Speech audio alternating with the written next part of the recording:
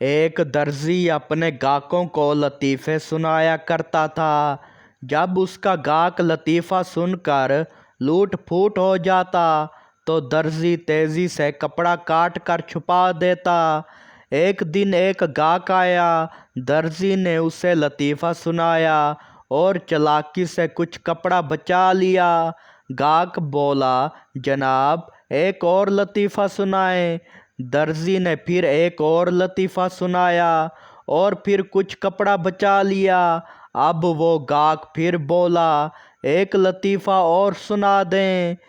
درزی بولا، محترم میں لطیفہ تو سنا دوں گا مگر آپ کی قمیض چھوٹی ہو جائے گی۔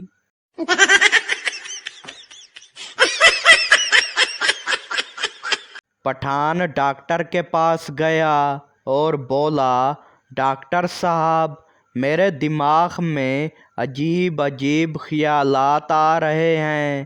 ڈاکٹر بولا، کون سے خیالات؟ پٹھان بولا، یہی کہ میں شیر ہوں، گدھا ہوں، ہاتھی ہوں، بندر ہوں۔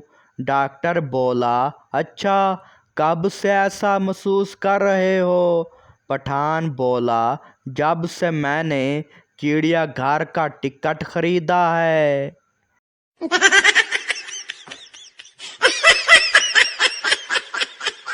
ایک آدمی گدھے پر بیٹھا جا رہا تھا۔ اچانک دوست نے مذاق سے کہا۔ دوست بولا، بھائی بس کا انتظار کیوں نہیں کیا؟ آدمی بولا، بس کا انتظار کیا تھا پر جگہ نہیں ملی تو گدھا ہی لے لیا۔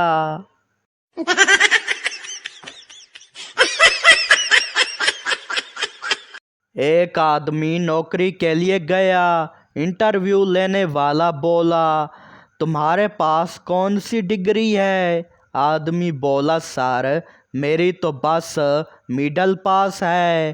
انٹرویو لینے والا بولا، پھر تم یہاں کیوں آئے ہو؟ آدمی بولا، سر اشتہار میں لکھا تھا بے وقوفوں کے لیے سنہری موقع۔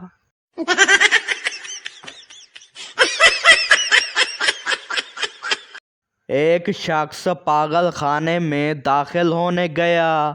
ڈاکٹر نے پوچھا، تم پاگل کیوں ہو؟ آدمی بولا، میں نہیں ہوں پاگل، بس چیک کروانے آیا ہوں۔ ڈاکٹر بولا، اچھا اگر تم پاگل نہیں ہو تو اندر کیوں آئے؟ آدمی بولا، دروازے پر لکھا تھا صرف پاگلوں کا داخلہ۔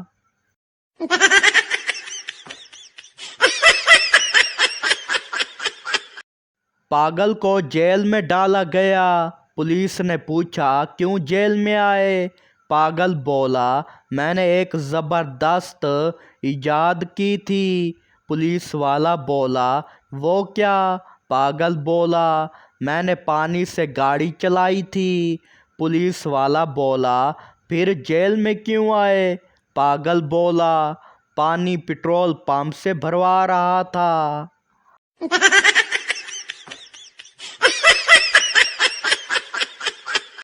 ڈاکٹر بولا، تم پاگل خانے کیسے آئے؟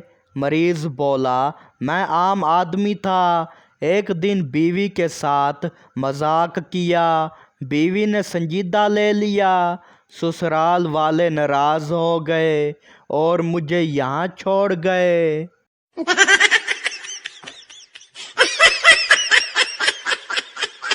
بیوقوف دعا مانگ رہا تھا، اے اللہ مجھے 1000 روپے دے دے۔ دوست بولا، یار زیادہ کیوں نہیں مانگ رہے؟ بیوقوف بولا، زیادہ مانگنے سے اللہ ناراض نہ ہو جائے۔